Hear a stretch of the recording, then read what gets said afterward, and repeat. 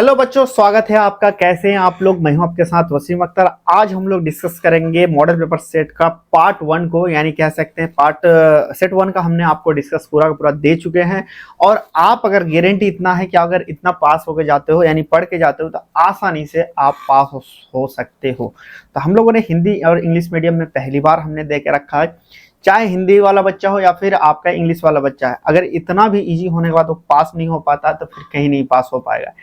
देखो, थोड़ा सा मेहनत आप करो, थोड़ा सा मेहनत करोगे तो आसानी से पास हो जाओगे यार। क्योंकि बहुत सारे चीजों को हमने पूरा कैलकुलेशन करके, मतलब पूरा पेपर का एनालिसिस करके ये मॉडल पेपर हमने बनाया है, ताकि आप लोग अच्छे से पास कर पाओ। लेकिन तब भी अगर आप लोग मेहनत नहीं करते हो मेरे भाई, मेहनत नहीं कर रहे आप, तो क्या कर सकते हैं? फिर डी फार्मा 2 साल का या 3 साल 4 साल में पास करना। तो आप लोग कोशिश करना है कि आप लोग इसी साल पास हो जाओ और अच्छे नंबर से पास हो जाओ। चलिए देखते हैं हम लोग कौन कौन से क्वेश्चन है। जैसे सबसे पहले क्वेश्चन आता है कि कंपैरिजन, बहुत बार पूछा गया, फेवरेट क्वेश्चन बन गया है कि कंपैरिजन, चाहे यहाँ पे कम्युनिटी फार्मेसी या फिर हॉस्पिटल फार्मेसी में लगभग पूछ लेता है कि नेशनल और इंटरनेशनल में क्या आप लोग कंपैरिजन करके बताइए। जैसे इंटरनेशनल लेवल पे बहुत ज्यादा, जैसे एक इंग्लैंड के ले लेना, दुबई के ले लेना, किसी भी कंट्री का कर सकता अपने साथ। जैसे 11,800 क्या करता है ये हमारे पास, क्या है, कम्युनिटी फार्मेसी इंग्लैंड में है। और 1.6 मिलियन लोगों को डेली का डेली क्या कर रहा है, ये हमारे पास दवाई डिस्पेंसिंग कर रहा है, ये लिख सकते हो। और इंडिया में देखा जाए तो उतना धीरे धीरे, आप पहले सिर्फ दवाई डिस्पेंसिंग करता था, अब क्या है, धीरे धीरे ग्रो हो रहा है चीजों को, काउंसलिंग करता है, इन सब चीजों को लिख सकते हैं। डिस्पेंसिंग एरर पूछा गया, आप बताइए कि गुड डिस्पेंसिंग प्रैक्टिस क्या होता है। अब काउंसलिंग पॉइंट हम लोग कौन कौन से रखना पड़ेगा जब डायबिटीज या अस्थमा पेशेंट हो जाता है। फिर एक्सप्लेन कीजिए कि इंपॉर्टेंस क्या है फार्मेसी डिजाइन का। फिर यहाँ पे बात करें हेल्थ स्क्रीनिंग क्या होता है, डिटेल में बताइए। कितने तरह कम्युनिकेशन होता है, कम्युनिकेशन बिल्कुल है, कंफर्म है, क्वेश्चन पूछे ही पूछेगा। फिर आता है कह रहा है कि लीगल रिक्वायरमेंट क्या होता है जब हम लोग दवाई खरीदते हैं और वेंडर सिलेक्शन करते हैं। मतलब क्या हमारे पास जरूरत की चीजें पड़ती है जब हम लोग दवाई को खरीदते हैं, और वेंडर सिलेक्शन किस तरह से करते हैं। मतलब मान लो ऐसा वेंडर सिलेक्शन कर लिया जिसका क्या है, कम पैसे में दे रहा लेकिन वो 10 दिन 20 दिन डिले करके दे रहा, वैसा हम लोग सेलेक्ट नहीं करेंगे। इन सब चीजों को डिस्कस करेंगे।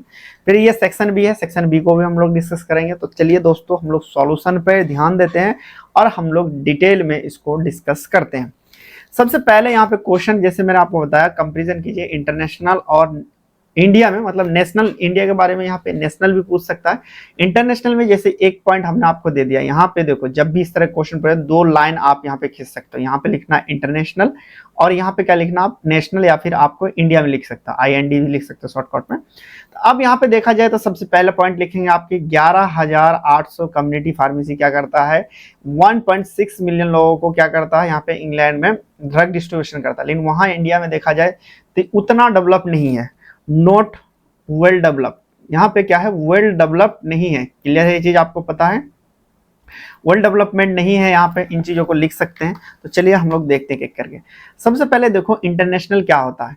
कम्युनिटी फार्मेसी हेल्थ केयर का एक टीम है जो महत्वपूर्ण क्लिनिक का हिस्सा होते हैं। वो काउंसलिंग, वैक्सीनेशन, डिजीज मैनेजमेंट और मेडिकेशन रिव्यू जैसे एडवांस सर्विस क्या करते हैं, देते हैं। क्या करते हैं यहाँ पे इंटरनेशनली, क्या करता है वो, काउंसलिंग भी करता है, वैक्सीन भी देता है, और डिजीज मैनेजमेंट, यानी आपको टाइफाइड हो गया, कुछ हो गया तो किस तरह से मैनेजमेंट कर सकते हैं, इन सब चीजों के बारे में क्या, वो आपको इंटरनेशनली पूरा पूरा एडवांस लेवल पे ये देते हैं। फिर वहीं भारत में देखा जाए क्या करता है, कम्युनिटी फार्मेसी अभी भी मुख्य रूप से डिस्पेंसिंग बेस्ड है, और फार्मासिस्ट की क्लिनिकल भूमिका अभी भी पूरी तरीके से लागू नहीं किया गया। यानी क्या, इंटरनेशनल यहाँ पे देखा जाए तो क्या है, पूरा पूरा देखो सिर्फ एक काउंसलिंग कर रहा, वैक्सीन कर रहा, और डिजीज मैनेजमेंट और मेडिकेशन रिव्यू करता। वहीं अगर इंडिया में देखे तो वो सिर्फ क्या है, डिस्पेंसिंग तक ही ये हो गया, मतलब सीमित हो गया, उतने हाई लेवल पे नहीं है। इस तरह से आपको लिखना। चलिए अब यहाँ पे कह रहा है इंटरनेशनल में हम इसी चीज में देखा जाए क्या है, जैसे कि डेवलप कंट्री, जैसे कि UK, USA, कनाडा और ऑस्ट्रेलिया में क्या होता है कि community pharmacy highly clinical and patient centred होते हैं। यानी कि जो डेवलप कंट्री है उसमें आप सारा का सारा वो सर्विस देता है, सिर्फ ओनली डिस्पेंसिंग नहीं करता, वो पेशेंट ओरिएंटेड चीजें देता है। फिर कह रहा है फार्मासिस्ट को हेल्थ केयर प्रोवाइडर का दर्जा दिया जाता है। क्या होता है, फार्मासिस्ट को हेल्थ केयर प्रोवाइडर का दर्जा दिया जाता है। कहाँ के बारे में बात कर रहा है आपको, इंटरनेशनल। इंडिया में कोई फार्मासिस्ट की वैल्यू है, उतनी वैल्यू नहीं है। फिर यहाँ पे कह रहा है कि फार्मेसी में medication therapy, immunisation, chronic disease management और पॉइंट ऑफ केयर टेस्टिंग भी शामिल है। क्या है वहां पे, इम्यूनाइजेशन, क्रोनिक मैनेजमेंट और पॉइंट ऑफ केयर टेस्टिंग भी वहां पे शामिल है। फिर अगर बात करें इलेक्ट्रॉनिक हेल्थ रिकॉर्ड और एडवांस फार्मेसी सॉफ्टवेयर का यूज किया जाता है, वहाँ क्या है EHR और एडवांस जो सॉफ्टवेयर होते हैं उनका वहाँ पे यूज करते हैं। सिर्फ क्या, और यहाँ पे देखिए सॉफ्टवेयर यूज करते हैं, कम्युनिटी फार्मेसी में आपको कंप्यूटर ही नहीं मिलता है। Pharmacist counselling, drug interaction monitoring, lifestyle modification में क्या करता है, ये आपको सक्रिय निभाते हैं। सक्रिय मतलब कि बहुत ही ज्यादा आपको एक्टिव होकर क्या होता है वहां पे इन्वॉल्वमेंट निभाता है। रेगुलेटरी बॉडी द्वारा स्ट्रिक्ट प्रैक्टिस स्टैंडर्ड लागू होता है वहां पे, मतलब कि हर चीज आपको, यहाँ पे दुबई में भी देखोगे तो दुबई में भी हर चीज का एक लिमिट है, जैसे DHA क्वालिफाई करना पड़ता है, उसके बाद आप यहाँ पे प्रैक्टिस कर सकते हो। कंटिन्यू यहाँ पे वहां पे क्या होता है कि कंटिन्यूइंग प्रोफेशनल डेवलपमेंट अनिवार्य है, मतलब कि धीरे धीरे चीजों को जो आता है उनको सीखना जानना वो जरूरी है। ये सारे सारे क्या है आपको इंटरनेशनल लेवल पे भूमिका है। चलो एक बार दोबारा रिपीट करते हैं। वहां पे डेवलप जो कंट्री होता है वो हाईली क्या होता है पेशेंट सेंट्रेड, मतलब पेशेंट को चीजों को लिख के हम लोग करते हैं। यहाँ पे 2 रुपये ज्यादा मिलता है, हम वही दवा देते हैं। फार्मासिस्ट का वहाँ पे क्या है हेल्थ केयर दर्जा दिया जाता है। वहाँ पे medication therapy, immunisation, chronic disease management, patient centre oriented भी शामिल होते हैं। इलेक्ट्रॉनिक हेल्थ रिकॉर्ड और एडवांस फार्मेसी सॉफ्टवेयर का वहाँ लागू करते हैं। Pharmacist counselling, drug interaction monitoring और लाइफ मॉडिफिकेशन में क्या होता है कि सक्रिय होता है। रेगुलेटरी बॉडी द्वारा वहाँ पे स्ट्रिक्टली क्या होता है स्टैंडर्ड लागू होते हैं। वहाँ पे प्रोफेशनल डेवलपमेंट धीरे धीरे चीजों को चलते रहता है। अब हम बात करते हैं कि हमारे इंडियन महान इंडिया के बारे में बात करते हैं कि होता क्या। देखो कम्युनिटी फार्मेसी अभी भी मुख्यतः सिर्फ डिस्पेंसिंग करता है। कम्युनिटी फार्मेसी में उतना ज्यादा वो नहीं किया कि सिर्फ आप डिस्पेंसिंग ही कर सकते हो। फिर कह रहा फार्मासिस्ट क्लिनिक का भूमिका तक सीमित है, कई जगह पर काउंसलिंग न्यूनतम होती है, मतलब बहुत एकदम माइनर क्लासेस में होता है। सर्विस जैसे कि BP हो जाए, शुगर चेक जैसे बेसिक सुविधा तक ही यहाँ पे सीमित है। यहाँ पे पेशेंट काउंसलिंग या हाईली लेवल पे नहीं होता। मेनली देखा जाए कि पेशेंट प्रैक्टिस भी करता है, तो आप लोग जैसे पढ़ रहे हो इसका मतलब आपको तो नॉलेज होगा। कुछ ऐसे है कि सिर्फ आपको एग्जाम देके चला जाता है। फिर आता है कि OTC मेडिसिन का बहुत ही ज्यादा और सेल्फ मेडिकेशन का बहुत ही ज्यादा मिसयूज होता है। ये अपने लैंग्वेज में आप लिख सकते हैं। फार्मेसी प्रैक्टिस जैसे कि स्टैंडर्डाइजेशन और डॉक्यूमेंटेशन की वहां पे कमी होती है। EHR इंटीग्रेशन और एडवांस सॉफ्टवेयर का उपयोग बहुत कम होता है, वहां पे नॉर्मल होता है। जैसे कि यहाँ मार्ग आ गया। मार्ग क्या होता है कि आपको 20 रुपये, अगर आप रजिस्टर फार्मासिस्ट है तो पर पेशेंट का 20 रुपये मिलता है। आप क्या करते हैं जब उसका डेटा फिल करते हैं, लेकिन लोगों को पता ही नहीं होता है। फिर कह रहा पब्लिक परसेप्शन अभी भी फार्मासिस्ट को मेडिसिन सेलर के रूप में देखती है। देखो अभी भी फार्मासिस्ट को क्या एक ड्रग सेलर की देखती, कोई उतना अहमियत नहीं है। CPD कल्चर कमजोर और रेगुलेटरी को क्या करता है ये इन्फोर्समेंट आसमान, मतलब कि आसमान तक ले गया। यानी कह सकते हो कि क्या है ये उतना ज्यादा आपका क्या है कमजोर है, उतना ज्यादा फॉलो नहीं करता। आपको भी पता है DI को भी पूरे पता होता है कि कहाँ फर्जी चल रहा है, लेकिन कोई एक्शंस नहीं होते। ये सारे सारे इंडिया के बारे में यहाँ कहा गया। इतना अगर लिखोगे तो सबसे ज्यादा देखो कुछ क्वेश्चंस के पॉइंट इंपॉर्टेंट रहते हैं। आप देखो जो इतना पॉइंट लिखते हो तो जाहिर सी बात है आपको अच्छा नंबर मिल जाएगा। नेक्स्ट क्वेश्चन यहाँ पे देखा जाए, कह रहा कि व्हाट इज डिस्पेंसिंग एरर। कह रहा कि डिस्पेंसिंग एरर होता क्या है, discuss strategy to minimise these error in busy pharmacy. कह रहा डिस्पेंसिंग एरर कौन कौन से होते हैं और आप हमें बताइए। कोई फार्मेसी है जो कि बिजी है बहुत ज्यादा, तो उसको कैसे खत्म कर सकते हैं। देखो क्या कह रहा है, डिस्पेंसिंग वो गलती है जो दवा को डिस्पेंस करते समय होती है। इसमें गलत दवा देना, गलत स्ट्रेंथ देना, गलत डोज देना या गलत पेशेंट को दवा देना या गलती से बिलिंग शामिल होता है। क्या होता है देखो गलत मेडिसिन देना या गलत स्ट्रेंथ देना, गलत डोज देना या गलत पेशेंट को दवा देना, गलत लेवलिंग करना, इन सब चीजों क्या होता है ये गलती से ही आपको जो डिस्पेंसिंग होता है इनको हम लोग डिस्पेंसिंग एरर के नाम से जानते हैं। अब इंग्लिश में देखो क्या, डिस्पेंसिंग एरर और mistake that occurred during the process of preparing, packaging and provide a medication to the patient. मतलब क्या है डिस्पेंसिंग एरर एक तरह का मिस्टेक है। कब होता है जब हम लोग क्या करते हैं कि चाहे किसी में भी हो जाए, जैसे आपको पैकिंग करने में, बनाने में या फिर आपको मेडिकेशन प्रोवाइड में, उसी को हम लोग डिस्पेंसिंग एरर के नाम से जानते हैं।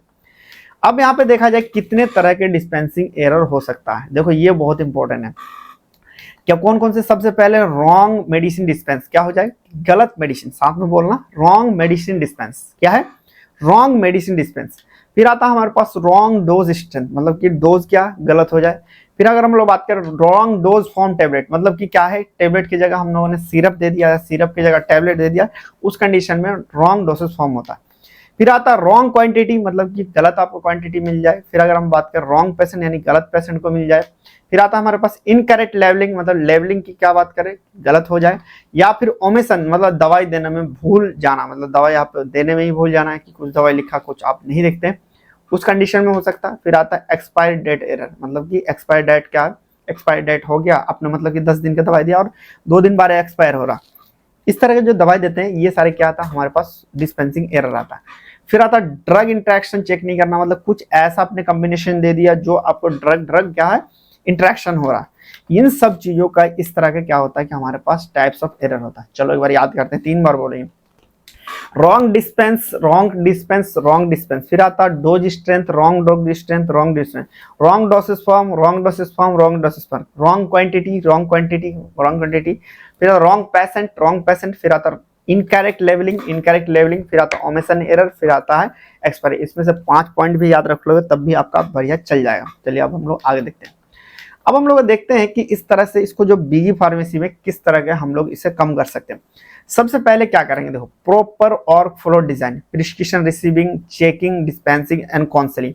यानी कितना भी बिजी हो लेकिन हम लोग क्या करेंगे, एक फ्लो चीजों को मेंटेन करके चलेंगे। जैसे कि अगर हम लोग बात करें, अभी आप लोग फार्मेसी कर रहे हो तो आपको क्या है एक एक करके सारे के सारे सब्जेक्ट को पढ़ना जरूरी है। अगर नहीं पढ़ोगे तो ऑक्सीजन में क्या होगा, टेकिंग ऑक्सीजन हो जाएगा। यानी प्रॉपर वर्क फ्लो डिजाइन होना चाहिए। जैसे कि आप पहले प्रिस्क्रिप्शन लेंगे, फिर चेकिंग करेंगे, डिस्पेंसिंग करेंगे, फिर आप उसे काउंसलिंग करेंगे। नेक्स्ट कह रहा है कि यूज ऑफ टेक्नोलॉजी, जैसे कि बारकोड स्कैनिंग यूज करेंगे, कंप्यूटराइज प्रिस्क्रिप्शन एंट्री यूज करेंगे और इंटरैक्शन चेकिंग सॉफ्टवेयर यूज करेंगे। क्या क्या करें इसमें, बारकोड स्कैनिंग करेंगे, कंप्यूटराइज प्रिस्क्रिप्शन एंट्री करेंगे और इंटरैक्शन चेकिंग सॉफ्टवेयर करेंगे। फिर अगर हम लोग बात करें double checking strength system, double checking strength system में जैसे कि हाई रिस्क मेडिसिन के लिए 2 व्यक्ति को हम लोग वेरिफिकेशन में रखेंगे, यानी अकेले सिंगल नहीं, डबल वेरिफिकेशन मतलब 2 व्यक्ति को हम लोग रखाएंगे। फिर कह रहा है कि रिड्यूस डिस्ट्रैक्शन करेंगे, कि इसमें क्या होगा जो डिस्ट्रैक्शन है इसको रिड्यूस करेंगे। क्यूड जोन को हम लोग चेकिंग करेंगे और मिस्टेक मल्टीटास्किंग को हम लोग अवॉइड करेंगे। मतलब किसी को हम लोग दवाई दे दिया, किसी का बिलिंग बना रहे, नहीं, पहले एक को कंप्लीट करेंगे फिर दूसरे को हम लोग लाएंगे। फिर आता है स्टैंडर्ड ऑपरेटिंग प्रोसीजर, जैसे रिटर्न प्रोटोकॉल और रेगुलर स्टाफ ट्रेनिंग करेंगे। क्या होगा, रिटर्न प्रोटोकॉल फॉलो करेंगे और रेगुलर स्टाफ ट्रेनिंग हम लोग फॉलो करेंगे। फिर आता प्रॉपर लेवलिंग और स्टोरेज करेंगे, जैसे कि लासा को अलग से रखेंगे और क्लियर लेवल करेंगे। लासा मतलब लुक लाइक, साउंड लाइक, मतलब ये देखने में एक जैसा होगा या फिर आपको बोलने में एक जैसा होगा, उन सब चीजों को क्या अलग रखेंगे। फिर आता पेशेंट काउंसलिंग, मतलब टेक बैक मेथड का फाइनल वेरिफिकेशन करेंगे। मतलब क्या करेंगे कि फाइनली उसको वेरिफिकेशन चेक करेंगे, भाई इसे सही दवाई गया या नहीं गया। इस तरह से हम लोग फॉलो करके क्या कर सकते हैं, जो बीजी फार्मेसी है उसको रोक सकते हैं। लास्ट आता है एरर रिपोर्टिंग सिस्टम, जो नियर मिसयूज या फिर एरर डॉक्यूमेंटेशन को एनालाइज करें। पहला क्या है, वर्क फ्लो डिजाइन। दूसरा आता है यूज टेक्नोलॉजी, योर टेक्नोलॉजी। फिर आता है double checking system, reduce distraction, standard operating procedure use करेंगे, प्रॉपर लेवलिंग करेंगे, प्रॉपर पेशेंट काउंसलिंग करेंगे और एरर प्रिस्क्रिप्शन करेंगे। इस तरह से करके हम लोग क्या कर सकते हैं, हम लोग मिनिमाइज कर सकते हैं बीजी फार्मेसी का। ठीक है, चलिए अब नेक्स्ट क्वेश्चन यहाँ पे देखा, क्या कह रहा है कि elaborate one good dispensing practice one the followed by A pharmacist. कह रहा है कि आप एलिबरेट कीजिए गुड डिस्पेंसिंग प्रैक्टिस क्या होता है जो फार्मासिस्ट को फॉलो करना चाहिए।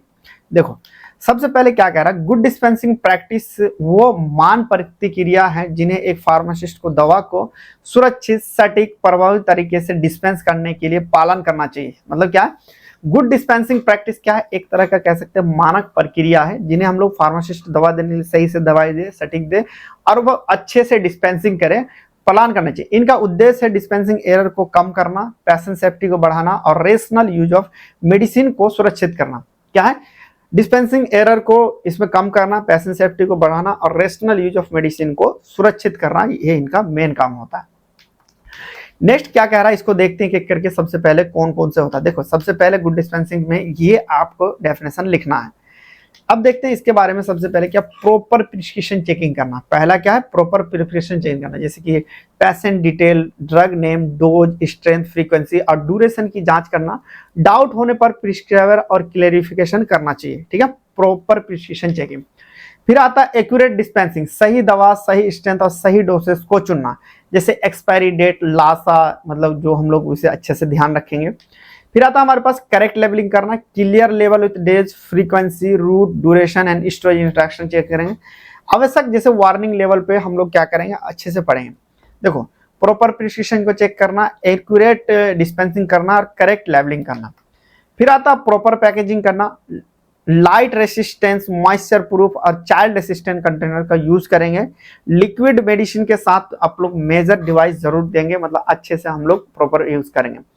फिर आता है हमारे पास पेशेंट काउंसलिंग करना, दवा कैसे कब लेनी चाहिए, साइड इफेक्ट क्या है, प्रिकॉशन को समझाना, टेक बैक मेथड के पेशेंट को इंस्ट्रक्शन दोहराना, यानी कि आपको क्या दोबारा पूछना, भाई ये वाला दवाई आपको समझ में आया, कितना बार लेना है, कहेगा ना बाबा समझ में नहीं, दोबारा बता, तो उसे आपको दोबारा बताना। फिर कह रहा है कि हाइजीन एंड क्लीन इन्वायरमेंट रखना, डिस्पेंसिंग एरिया साफ और व्यक्तिगत रखना है, हैंड हाइजीन और क्लियर इक्विपमेंट का यूज करना है। फिर आता है हमारे पास डॉक्यूमेंटेशन और रिकॉर्ड कीपिंग, मतलब कंट्रोल ड्रग और हाई रिस्क मेडिसिन का प्रॉपर रिकॉर्ड करना, ईरर रिपोर्ट को अच्छे तरीके से चेक करना। ये सारे के सारे क्या है हमारे पास, जो फार्मासिस्ट है उसको इन सब चीजों को ध्यान रखना चाहिए। क्या, प्रॉपर प्रिस्क्रिप्शन को चेक करना, एक्यूरेट डिस्पेंसिंग करना, करेक्ट डोज लेवलिंग करना, प्रॉपर चेकिंग करना, पेशेंट को काउंसलिंग करना, हाइजीन और क्लीन एनवायरनमेंट रखना, और डॉक्यूमेंट और रिकॉर्ड को कीपिंग रखना। इन सब चीजों को हम लोग को ध्यान रखना। नेक्स्ट क्वेश्चन देख रहा है, कह रहा है कि discuss the patient counselling point specially diabetes and asthma. देखो जब भी लॉन्ग क्वेश्चन पूछे कम से कम 2 हेडिंग तो मैंडेटरी होगा ही होगा। पहला इसमें यह करना है कि डायबिटीज और अस्थमा के जो है जब हम लोग काउंसलिंग करते हैं पेशेंट में तो किन चीजों को हमें ध्यान में रखना है। देखो सबसे पहले डायबिटीज जब हम लोग करेंगे तो कुछ चीजों को हम लोगों को ध्यान रखना है। देखो क्या कह रहा है, डायबिटीज काउंसलिंग पर जब मेडिकेशन एडरेंस जैसे कि दवा इंसुलिन समय पर ले, इंजेक्शन टेक्निक का यूज करे, डाइट में हम लोग एडवाइज करेंगे लो शुगर खाए, लो फैट और हाई फाइबर डाइट जैसे सुगरी फूड और कलर फूड से हम लोग क्या करेंगे, इसको कहेंगे बचो। फिर कह रहा है रोजाना हम लोग इसे क्या कहेंगे, एक्सरसाइज 30 मिनट तक करना है या फिर आपको फिजिकल एक्टिविटी करना है। ब्लड जो ग्लूकोज मॉनिटरिंग है उसको ग्लूकोमीटर से नियमित उसे चेक करना है। हाइपर या फिर कह लीजिए हाइपोग्लाइसीमिया मैनेजमेंट जैसे कि स्वेटिंग होने लगेगा, इसको तुरंत पहच के ग्लूकोज ले। फुट केयर जैसे कि पैरों की जांच दोबारा करे, मतलब अच्छे से करे, और इसे कंफर्ट जो है फुटवेयर परे। इन सब चीजों को हम लोग क्या करेंगे जब हम लोग डायबिटीज रहेंगे। जरूरी नहीं कि जो मैंने पॉइंट बनाया वही को लिखना, अपने हिसाब से भी चीजें आप लिख सकते हो। अब आता हम लोग अस्थमा के बारे में। जब देखो अस्थमा का डायबिटीज में क्या होता था कि उसमें ग्लूकोज लेवल बढ़ जाता था। एक होता अस्थमा, अस्थमा का मतलब ये चीज होता है कि जब क्या होता है कि आपका लंग्स में सही तरीके से लंग एयर ना जाए, यहाँ पे इन्फ्लेमेशन होने लगता और पैसेज में दिक्कत होने लगती है। अस्थमा के लिए सबसे पहले करेक्ट इनहेलर टेक्निक जैसे कि इनहेलर और स्पेसर का सही उपयोग स्टेप बाय स्टेप सिखाएंगे। मेडिकेशन एडरेंस जैसे कि कंट्रोल इनहेलर रोज ले, रिलीफ इनहेलर केवल एक्यूट सिम्टम्स में ले, मतलब आपका जब मन तब उठाया, जब दवाई मिला तब नहीं लेंगे, मतलब जब जरूरत पड़ेगा तभी चीजों को करेंगे। फिर ट्रिगर को एविडेंस करेंगे जैसे कि आपको डस्ट हो गया, स्मोक हो गया, पॉलन हो गया, परफ्यूम हो गया, कोल्ड एयर हो गया, इन सब चीजों से क्या है बचने के लिए कहेंगे। फिर हम लोग कहेंगे सिम्टम्स रिकॉग्निशन जैसे कि सीजिंग हो जाए, ब्रीथलेस होने लगे, चेस्ट पेन में टाइटनेस होने लगे, इसको पहचानेंगे। पीक फ्लो मॉनिटरिंग को सिखाएंगे। अस्थमा एक्शन प्लान को हम लोग समझेंगे जैसे कि मॉडरेट जो है सीवेज अटैक से क्या करना है, इमरजेंसी में क्या सिम्टम्स है, इन सब चीजों को बताना। फिर आता लाइफ स्टाइल एडवाइस, स्मोकिंग से अवॉइड करें, रेगुलर एक्सरसाइज करें और स्विमिंग सबसे बेस्ट है। आप स्विमिंग करेंगे तो सबसे ज्यादा है, उससे क्या होगा आपको एक्सरसाइज ज्यादा होगा और धीरे धीरे धीरे धीरे धीरे कि लंग्स की कैपेसिटी भी बढ़ेगी। इन सब चीजों को पॉइंट करके क्या करेंगे हम लोग काउंसलिंग करेंगे। और एक काम और करेंगे इसका, अगर आपको पीडीएफ चाहिए तो वहां से आप पीडीएफ हमारे ऐप को डाउनलोड कर सकते हैं जिसमें हमको पीडीएफ वहां पे मिल जाएगा, या फिर आप इस वेबसाइट पे जाके वहां पे देख सकते हैं।